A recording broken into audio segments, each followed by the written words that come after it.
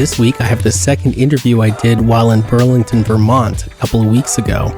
This is with urban explorer Chad Abramovich, who runs the awesome blog Obscure Vermont. There's a link in the show notes. I've been wanting to talk to an urban explorer for a while, and ever since he's been a child, Chad has had a fascination with abandoned places and the stories behind them. I ended up cutting very little of this interview. It was also very interesting. So let's get right into the conversation with Chad.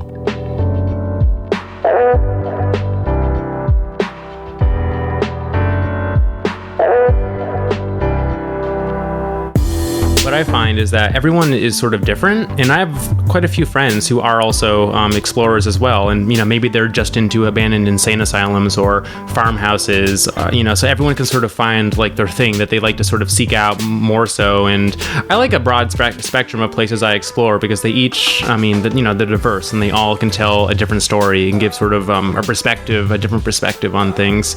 I kind of chuckled when you said abandoned insane asylums. Did you? And farms, because I was just thinking what an urban explorer dating site would be like. Like, would you just check those things off? What are you into? I'm into farmhouses, derelict cars, and factories. You should, because I was a part of like a few Facebook groups based on just like different urban explorers coming together in like a group, and we'd share photos and we'd talk about the places that we explored. We talk about ourselves and our experiences, and that was actually a lot of the conversations were just like, oh man, like I'm so into like old rusted cars, like those are my favorite. And then you'd get someone else who'd be like, oh yeah, totally, me too. And someone's like, no man, like abandoned asylums are where it's at. So it's like it's a pretty real conversation. Totally. Actually, when I was looking at a website, it's called I think it's called uer.ca. Yeah. And I've been on UER before. Yeah, I got there, and there was someone, and he seemed to only be into heights. Like, he didn't actually break into abandoned places. He broke into giant towers, and he was walking around. Yeah, I noticed that as well. Actually, I have a few explorer friends up from Montreal, and I don't know. It's just I think they only seek out locations just because of the heights, and then they'll post sort of that cliche shot of the camera looking down, and there are several stories up above the city, and then there's their feet dangling, and that's sort of what they live for. And it's they didn't post any other locations photos of the building or anything, just their feet dangling. Yeah, I know. Yeah, that's horror for me. I can't take that. Me too, which is sort of funny actually, because a lot of people, I think there's an assumption where if you hang out, so to speak, in abandoned buildings like I do, air quotes, hang out, that you must be this fearless guy. It's oh, I can't believe you hang out in these, dank, disgusting locations with collapsing floors and lead paint and, blah, blah, blah. It's yeah, well, actually, I myself don't like heights. I'm actually pretty scared of heights. So it goes back to sort of every explorer is different, which is really cool. So tell me a little bit about what got you into exploring. I think earlier we were talking, you said around age 12 you had your first experience exploring a building? Yeah, around ages 11 or 12. There was this abandoned creamery in the hometown, my old hometown that I grew up in.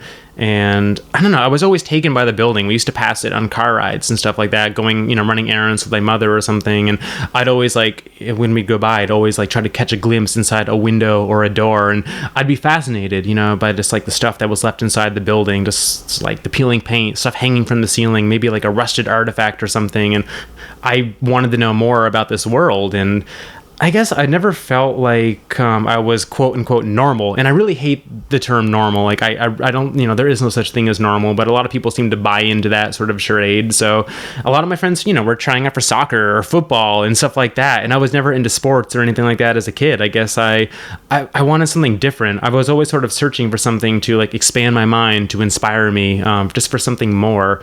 And I found that with abandoned buildings. And I remember one day I had just walked to this old creamery in my hometown. It was just a boring summer day, and I had nothing else going on. And I'd followed the railroad tracks up and just walked inside, and I was hooked. ever since. It's so, I mean, it's literally like entering into the mystic. You don't really know what you're going to discover once you get, beyond that metaphorical threshold, sort of, what artifacts that you can discover that had been left inside this building, and sort of the rate of decay. And every building that you explore is different, which is what I like. It's not sort of like a copy and paste thing. You get a different experience every time. And you can even revisit the same building several times and still get a completely different experience based on just accelerated rate of decay or your mood or the weather. I find that, other people also obviously check out these buildings. So sometimes you go in and you'll see like maybe a new graffiti tag or something new that wasn't there, prior, that had been stashed there or something like that. I don't know. I just found it endlessly fascinating, and I just wanted to learn more about it. And I find that these places, I mean, it's like a museum, the most authentic museum that you can interact with. It tells you a lot about us, like our history as human beings, like how they built certain things and why they built them. It gives you like a snapshot into like that period of history. And, I think it's great. It's not censored. It's authentic. I just think it's really awesome. And the website that you run is called Obscure Vermont. Yes. What's the website URL for that again? Well, it's urbanpostmortem.wordpress.com.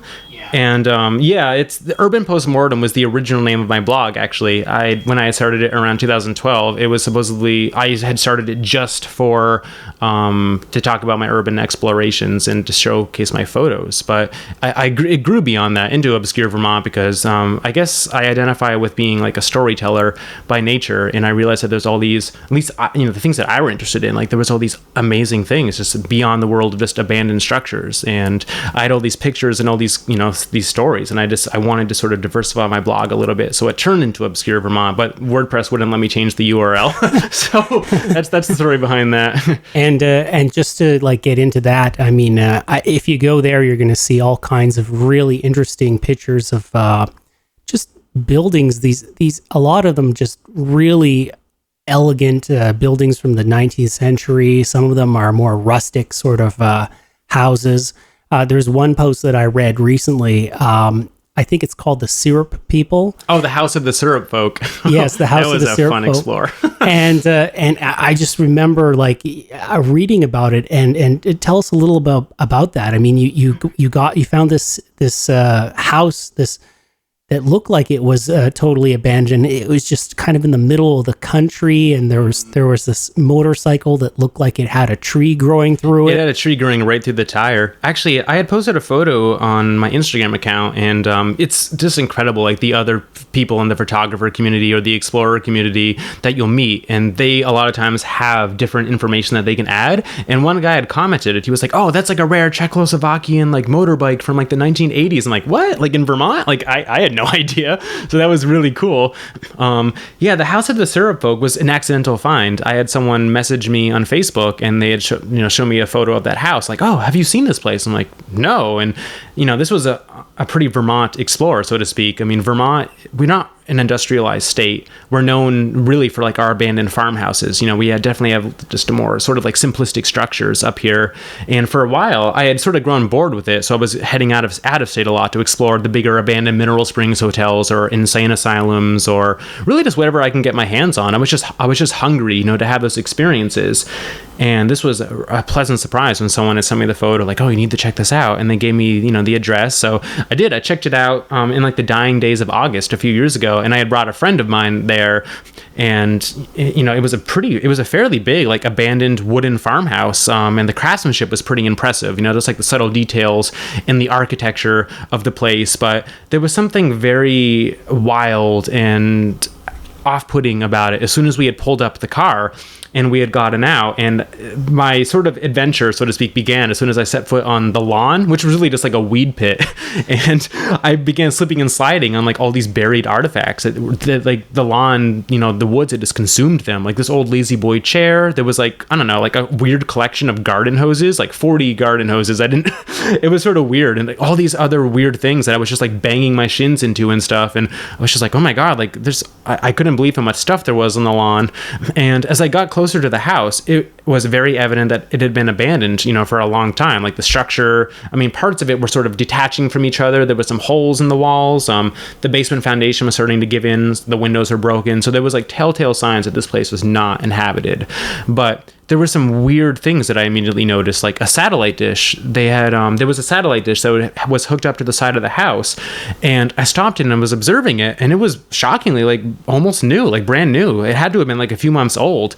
And I'm motioning to my friend, who sort of like, he was a little hesitant on, getting any closer to the house, and I yell out to him like, this is a new satellite dish, man. Like this is, I don't know, like I'm getting really like conflicting feelings right now.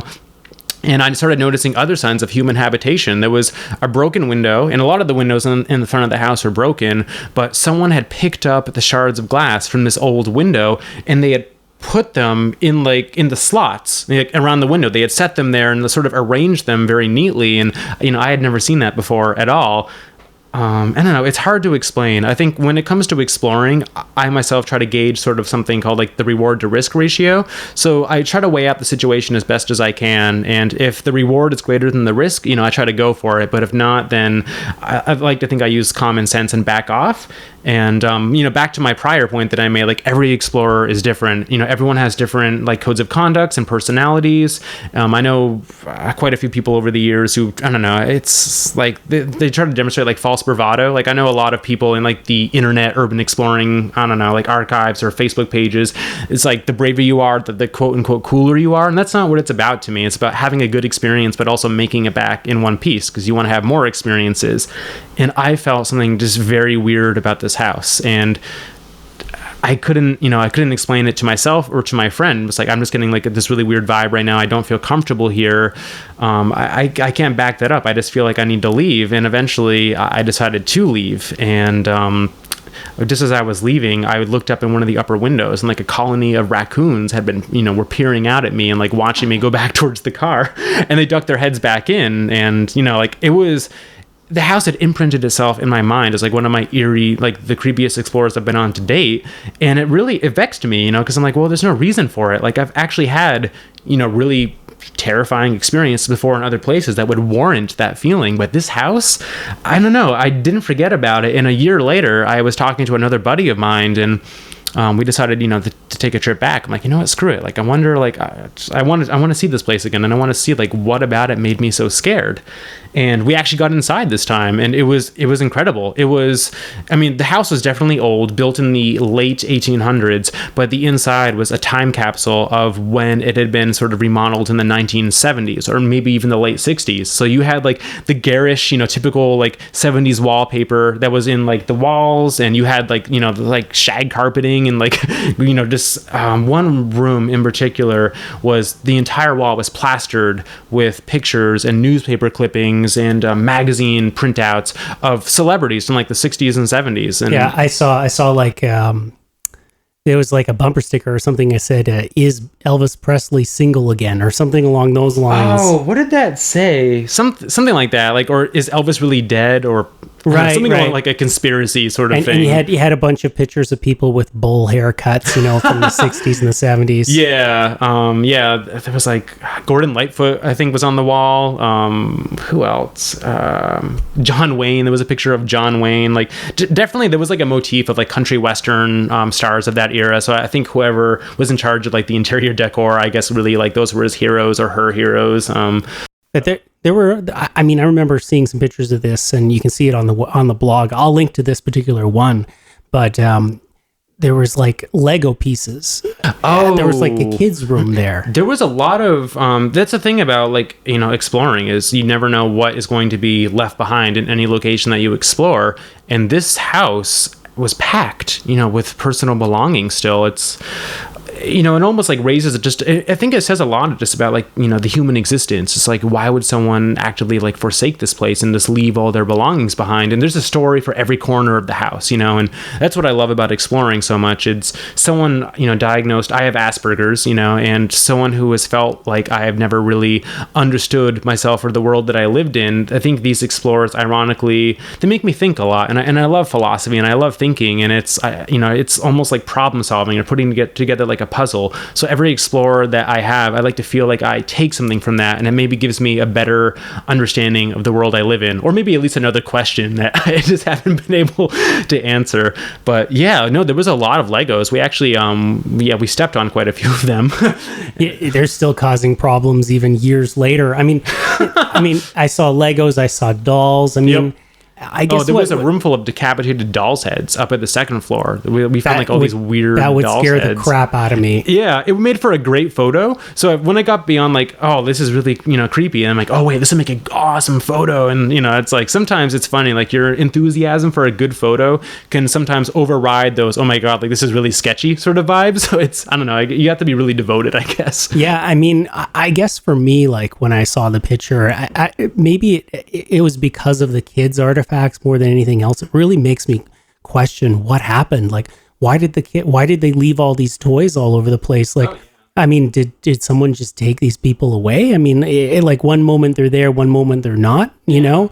I mean, the way I saw things just kind of lying around, like a box of Q-tips, like it's just like, there was still a bar of soap like in the bathroom, like just in its in its holder. It was like an unused bar of soap that was still sitting there. I mean, we found I've been in houses before where we found beer still in the fridge and stuff like that. Like, it's crazy. And what happens? Like someone had to have. My mind goes to morbid places, It's like, did someone die? Did what happened? I mean, in that particular house, I don't know for a fact, and that's sort of the mystery. But I've explored, abandoned houses before, and years down the road, or at some point later on, like the owner would, they had discovered my blog entry on it or something, or they had figured out that I had explored it, and they actually contact me, and they talk to me, which is interesting.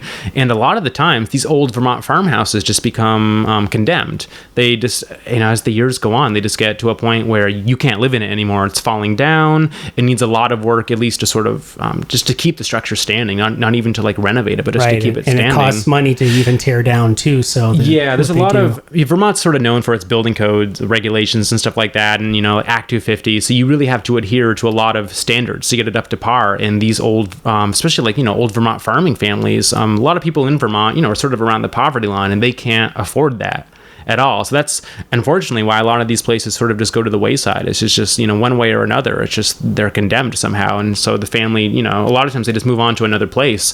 I've been to other abandoned properties before where you see the original structure sort of falling down, and then they plopped like a trailer or something just in the front yard, and they live in the shadow of that. And it's, I don't know, it's interesting. Actually, I noticed from this particular post that there was actually a trailer there nearby. Oh, yeah, that was like an old camper from like the 70s. And that was also very much abandoned.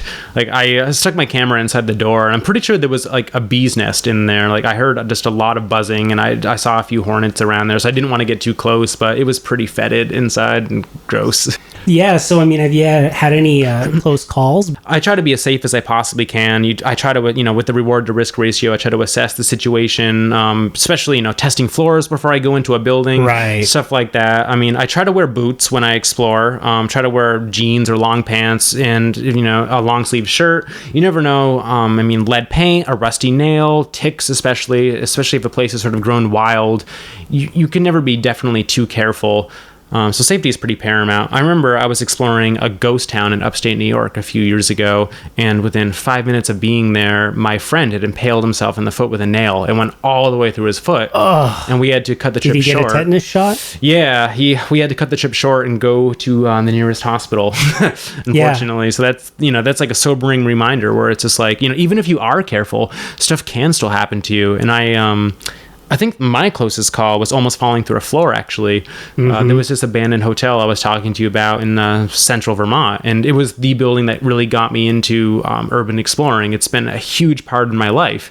And around 2011 or so, we were on the upper floors, wandering around where the guest rooms were, and I was taking photos. And the building is a 5-story wooden dinosaur of an affair. It's been abandoned since the 1970s, and the owners have not maintained it. So a lot of water damage and structural damage. And as I was going, I think I wanted to take a picture of a clawfoot tub, that was almost perfectly intact. And I was inching over towards that bathroom, and my right leg I didn't even have time to react. I just almost fell right through the floor. It was just my leg, thankfully. Like, I didn't go all the way through, but wow. I had to grip onto a radiator that was conveniently right by me and, sort of pull myself out. But if I had fallen all the way through, there would have been like a 3-story drop down, Yeah. Like, and who knows what you would have hit, like, or splintered on the way down. Oh yeah, that definitely. I mean, it would have been disastrous to say the least. And then I might have gone down into the basement because there was a big collapse in that part of the building recently as well. So, I mean, that, the floor had already been weakened, but I probably would have fallen on the debris pile from those rooms. Wow.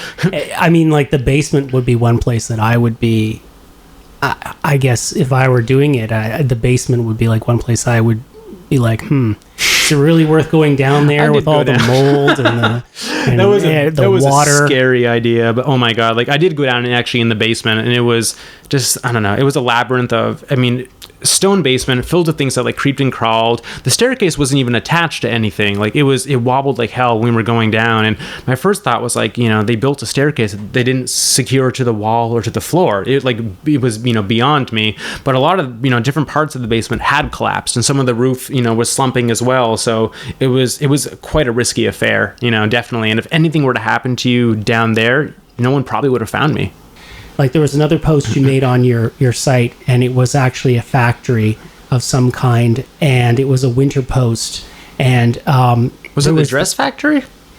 Was it like an Art Deco building, sort of? Inside it looked more like almost like an airplane hangar. Inside there was this room. It looked like it was a file room, and there were these just countless huge books, all water damaged all over the place. And yep, I know what you're talking about now. And these are records. I mean, these are records with people's names in them. Yeah, you can find personal information on them, and literally legitimately, like it was the company history right there. Like every move that they made, all their finances, their notes, like everything was just there for anyone to see.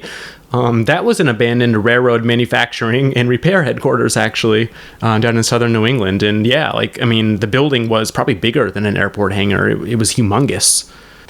When I was doing some research on the forums, I noticed that there was a bit of a discussion, or I guess, some people go one way, some people go another way when it comes to forcing entry into a building. Because this is definitely a question I had looking at some of these buildings. It's like, well, surely these buildings must have locks on their doors. Like surely someone must have, like, for the sake of public safety and also to guard whatever is left in there, stuck a lock on the door.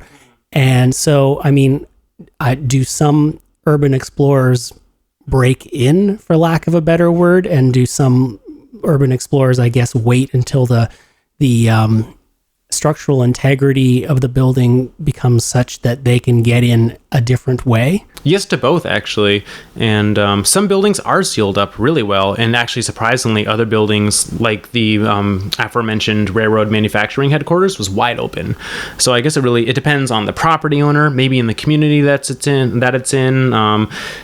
I think every explorer, I feel, has a different code of conduct, or a different, we'll call it like a comfort level. And it doesn't necessarily mean it aligns with like intelligent ideas, but definitely a different level of comfort. So me personally, I will not break and enter into a building if there is already a way into the building. If someone else before has opened a door or a window or any sort of accessible, like an entry point, like I will take that. But if you do, a lot of times urban exploring is trespassing, and people who are in these abandoned buildings know that, and they willingly accept that risk to explore them, or they wouldn't do it.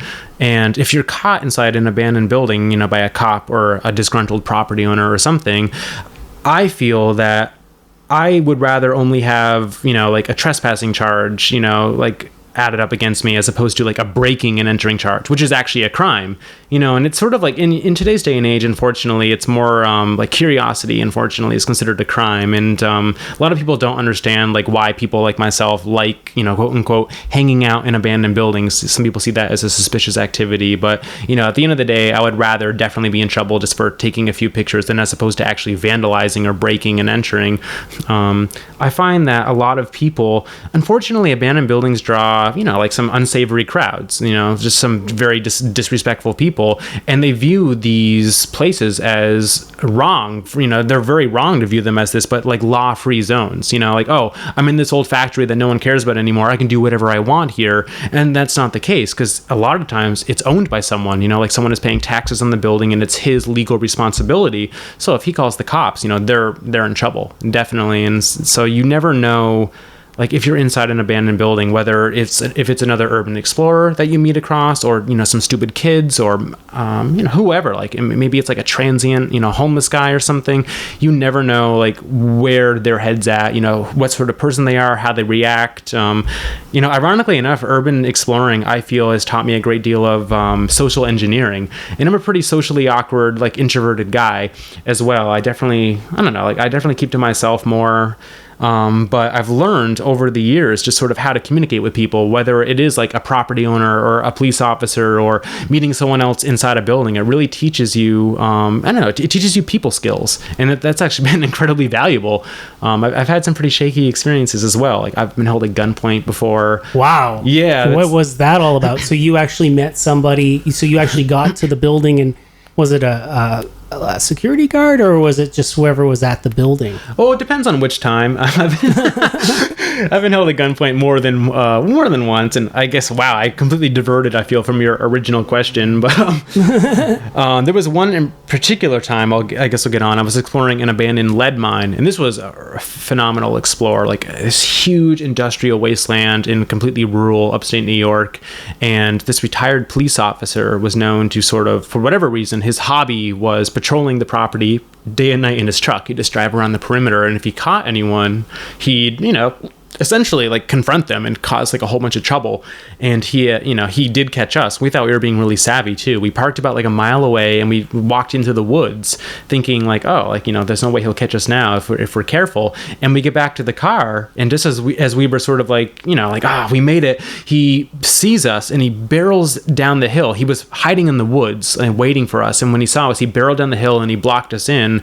And he gets out, and he has like a rifle, and he's like aiming it at us, and he starts like immediately questioning us. He was all spitfire, like, were you in the old mine, and like, what are you doing here, and I want to know all your names, and I'm a cop, and I'm gonna get all my cop friends like on the phone right now, and they're gonna impound your car and blah blah blah. So like, you really you have to sort of diffuse the situation as best as you can, and there isn't a guarantee either. You could try your best, and in this case it happened to work, but like, just body language, how you smile, your tone of voice, how you present yourself is incredibly critical in urban exploring, definitely. So I think it's definitely the difference between, someone like me versus someone who's there to break and enter and, like, I don't know, like cause destruction and stuff like that.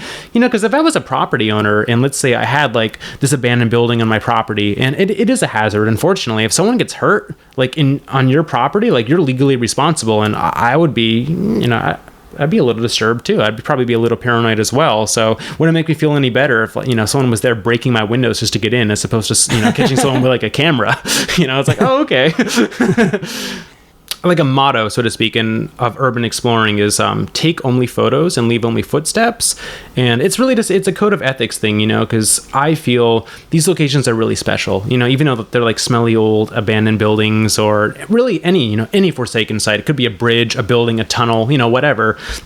But they're special, and a lot of explorers like myself, we do grow fond, like emotionally attached to these locations, and you want to see them respected and preserved. You don't want to see them go down to the wayside. And unfortunately, these people who don't adhere to these rules, who are there to break and enter or use them as law-free zones. I saw one of my favorite, my favorite place, my favorite explorer I've ever explored. I saw, it was ruined. Over the years, it started drawing bigger crowds. People, started going there and graffitiing it and looting it and stuff like that. And, eventually it brings attention not only to the building, but to our hobby. And then people sort of misrepresent, I think, urban explorers, as hoodlums or troublemakers. And that's not the case at all. And unfortunately, it's like a few bad people that really spoil it. But not only that, it's just like, once a place is destroyed, either by vandalism or neglect, then you have a property owner that maybe seals it up even more, or hires a security guard or something like that. So it's, I don't know, I really try to be respectful and just, just respectful and just very low key when I go to some of these places, because it's important to me, you know? Cool. Thanks so much for being on the show, Chad. No, thank you for this great opportunity, man. It means a lot. Well, I hope you enjoyed that episode. If you'd like to listen to previous episodes, go to the shareaslicepodcast.com website or subscribe to the show on iTunes or Stitcher. Thanks so much to Chad for sharing some of his stories. Remember, you can find a link to his House of the Surf Folk post in the show notes. There are many other fantastic stories there as well, so please go check it out. As always, the intro and outro music is by Chromatics Music and is used with permission. Links to their songs are found in the show notes. If you like this show, please give it a 5-star rating on iTunes or leave it a review. It really, really helps. So thanks so much for listening, and I hope you'll be back next week.